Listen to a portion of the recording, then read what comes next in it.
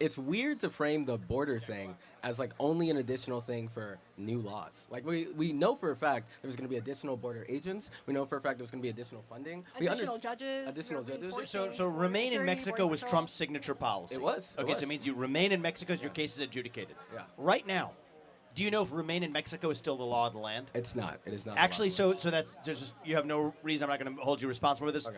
Actually, it turns out remain in Mexico is the law of the land. A federal judge has held accordingly. They're just not enforcing it.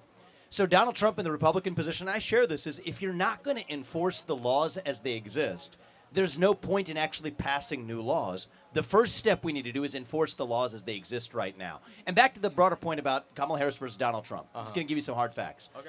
Under Donald Trump, prices stayed flat, wages went up. Under Kamala Harris and Joe Biden, prices have gone up, wages have remained flat.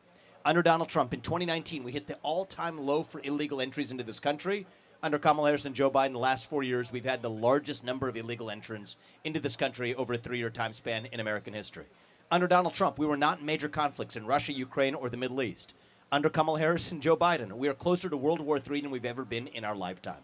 So if we just measure closeness to World War III, border crisis, economy, what makes your life better and the lives of the people here better, I believe it's not even close.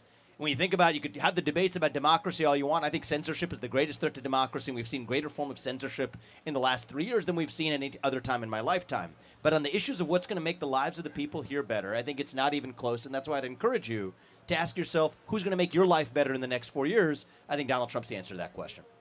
Do you think that one thing that would have helped the massive rates of border crossings would have been the border bill, the bipartisan border legislation? The answer is no. The answer is no to that because, first of all, most of those border crossings occurred before that border bill was even proposed.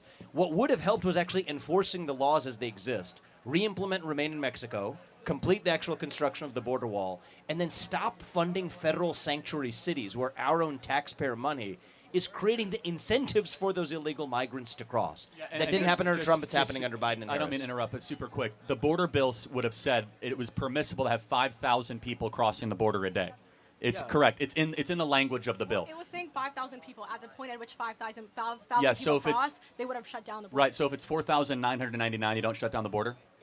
That's pretty insane, right? Oh, wait, but also very, very quickly. How about this? You should shut down the border with one person crossing the southern border. Also, wait, just to be very, very clear, when we say, wait, all right, buddy.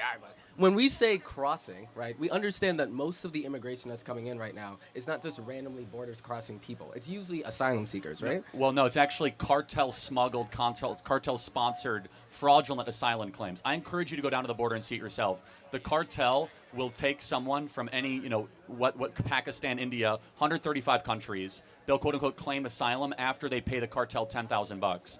90% of all people that cross the border are pseudo-slaves by the cartels, basically. So you think 9 million of the undocumented, like the immigrants that have come in, are all illegal? No, Is that what you're saying? they're all illegal because we know it to be true. It's not the question. They're fraudulent. They're defrauding the American immigration system is what they're doing. Wait, so you're saying that there is sufficient proof? Please talk in the mic. You're saying that there is sufficient proof that claims that the 9 million people who crossed the border, weren't, I guess, official asylum seekers? Yes, I mean, so for example, what is the asylum claim if you're coming from Germany? North Korea, Yeah. actually. So there's an interesting case. So I went down to the southern. I'll tell you two personal facts, right? I went down to the southern border. The day before I got there, there was 2 men who came from Lebanon, crossed the southern border, smuggled across. They, in that case, caught the 2 of them. There was also a woman from North Korea in a bag that crossed the southern border.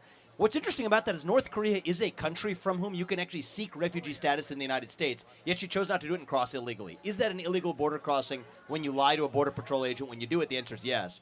And I think actually that number is way higher than 9 million over the course of the last 4 years.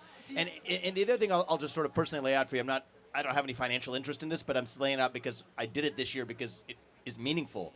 There's a movie I actually helped make this year called City of Dreams. It tells the story of a young man who was smuggled across the border, true story, in L.A., in sweatshops. This is the kind of thing that the left used to be concerned about. A child who's separated from his parents, put into forced labor in the United States. That is a direct consequence of the cartel influence policies. And yes, I think there are probably upwards of at least somewhere between 10 and 30 million people in the United States of America right now illegally. And your first act of entering this country, if it breaks the law, that's unconstitutional, that's unlawful. And the number one thing that our immigration system rewards right now isn't how smart you are, isn't how hard you're going to work. It's whether you're willing to lie to the U.S. government. If you say under asylum laws, what it says is if I'm under threat of bodily harm right now for my race or my religion or factors like that, you have to have documented proof. So if you say, I don't have that proof and I'm not really under threat for bodily harm, I don't want to lie, you don't get in.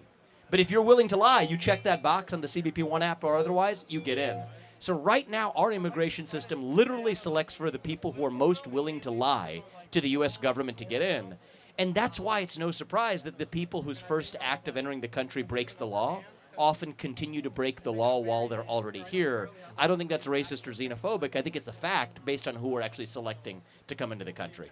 Do you think that allowing for thousands of more Border Patrol agents and more judges to properly assess and legitimize the validity of these asylum and otherwise claims would possibly reduce that number and help the It issue? would reduce that number if the ones who are already there were allowed to do their jobs. But right now, the ones who are there are actually not allowed to do their jobs because remain in Mexico, though it's technically the law of the land, Homeland Security has been instructed not to enforce it. That's unlawful. And by the way, I would call that, back to our first discussion, I would call that a threat to our democracy. When we have democratically passed laws, but where the administrators of that law say we're not going to actually follow that law, that I actually consider to be the greatest threat to democracy of all.